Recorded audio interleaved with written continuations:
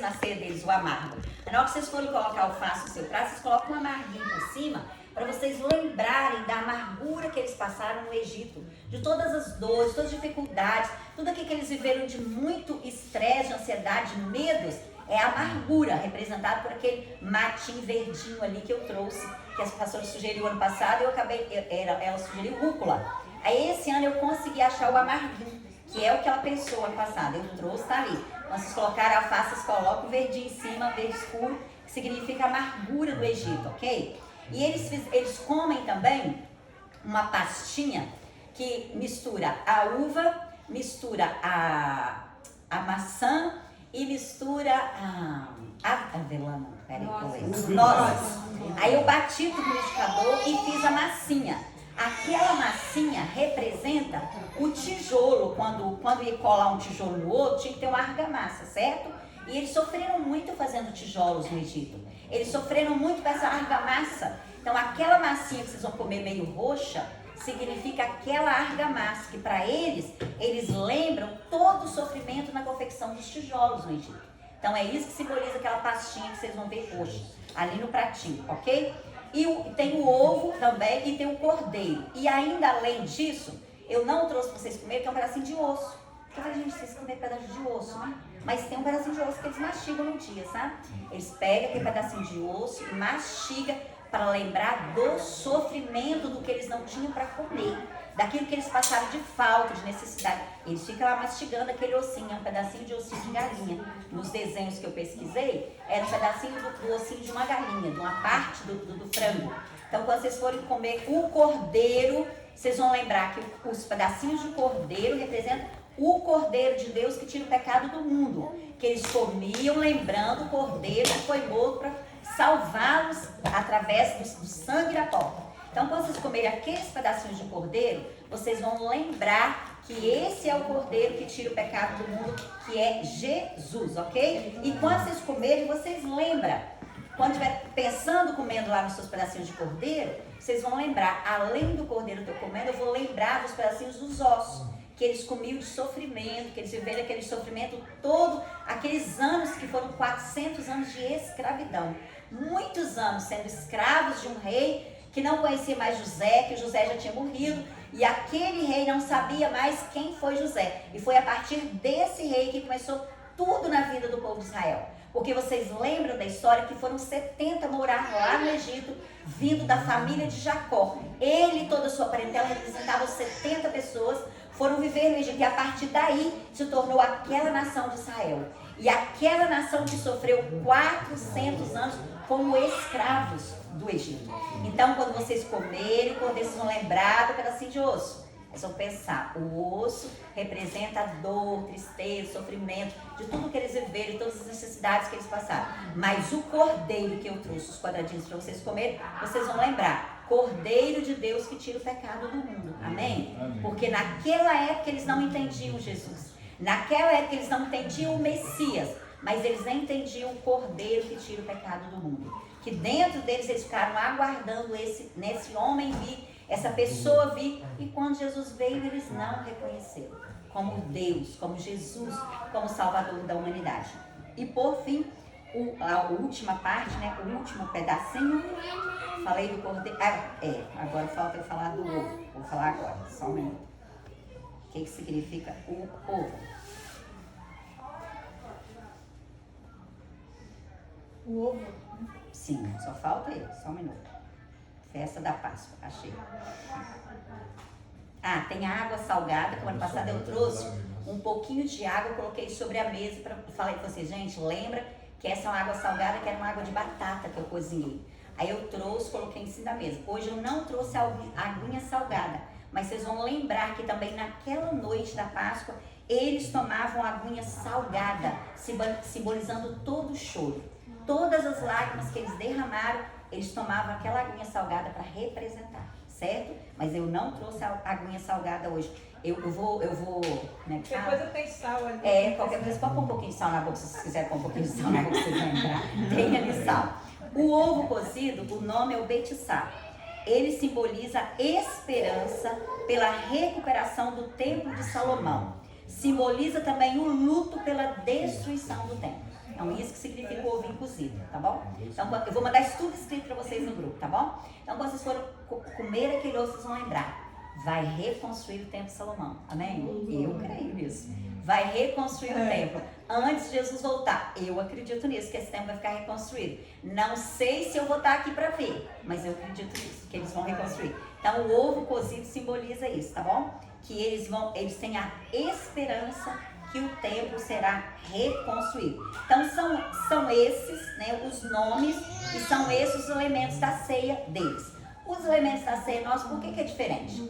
Porque os nossos elementos simbolizam o que? Quando Jesus reuniu os discípulos naquela noite, antes dele morrer, que ele celebrou com essa Páscoa, porque ele era judeu. Tenho certeza que ele pegou aquele pãozinho sem fermento, quebrou, entregou para os discípulos, tomou junto, pegou o cálice, tomou junto com os discípulos, porque Jesus estava celebrando ele, o Cordeiro. Amém? Naquela noite ele representava o Cordeiro que seria morto daí a pouco. Então ele era o Cordeiro. E aí ele diz que quando nós fizéssemos a nossa Páscoa cristã, nós estaríamos celebrando a volta dele. Amém? Então hoje nós vamos celebrar a volta dele também. Nós vamos celebrar tudo que os judeus passaram, que eles viveram naquele tempo no Egito, e vamos celebrar que Jesus vai voltar. Então nós vamos tomar a nossa ceia. Meu pastor fez questão de trazer aqueles bonitinhos lá da igreja do templo, mas a pastora deu a ideia de a gente usar aquele ali que é o sem fermento, né? Nós vamos aderir à ideia. O senhor concorda, pastor? Mas a gente respeita o senhor, tá bom? Se o senhor não concordar, a gente usa o que o senhor trouxe. Então a gente obedece o senhor, tá bom? E aí a gente vai usar aquele pão sem fermento e o suco de uva, que Jesus fez isso naquela noite. Ele diz que quando nós comêssemos, nós íamos lembrar do corpo dele, que seria moído no nosso lugar.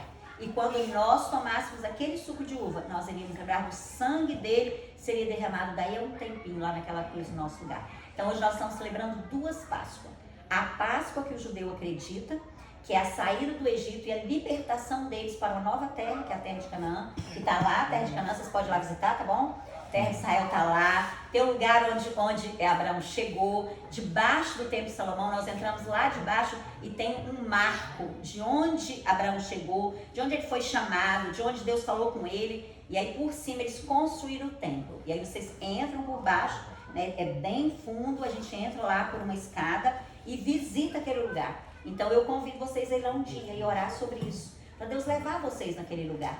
Para mim foi muito impactante. Era como se eu estivesse andando em cima da Bíblia, caminhando pela Bíblia, entendendo a Bíblia e vendo o que aconteceu e vivenciando cada etapa, né, do Velho e do Novo Testamento. Então, são muitas marcas, muitos momentos muito impactantes que eu sugiro vocês orarem com a pastora Ana ano que vem. Que amanhã vai ter uma caravana, que vem vai ter uma caravana. Eles vão celebrar a Páscoa lá em Jerusalém, tá bom? Vai orando, coloca diante de Deus e fala assim, eu quero muito ir lá. Conhecer aquela terra, né? Ver a terra onde Jesus andou, estar naquele lugar e celebrar a Páscoa dele lá, porque a gente celebra a Páscoa lá também nas caravanas que vão, né? Então essa é a nossa noite, esse é o nosso momento, essa é a nossa gratidão e nós aqui estamos reunidos como cristãos, como homens e mulheres que um dia receberam Jesus como Salvador, que um dia entenderam a morte do Cordeiro que começou lá em Gênesis, quando Deus matou o primeiro cordeiro para vestir Abraão.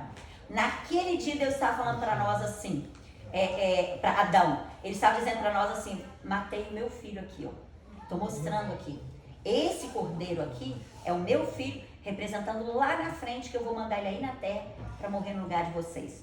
Então eu vejo isso nitidamente. Aquele cordeiro morto naquele lugar, representando Jesus morrendo lá no Novo Testamento.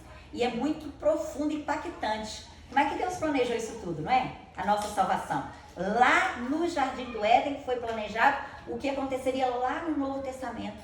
A salvação de Jesus no meu e no seu lugar. O próprio Deus descendo aqui na terra.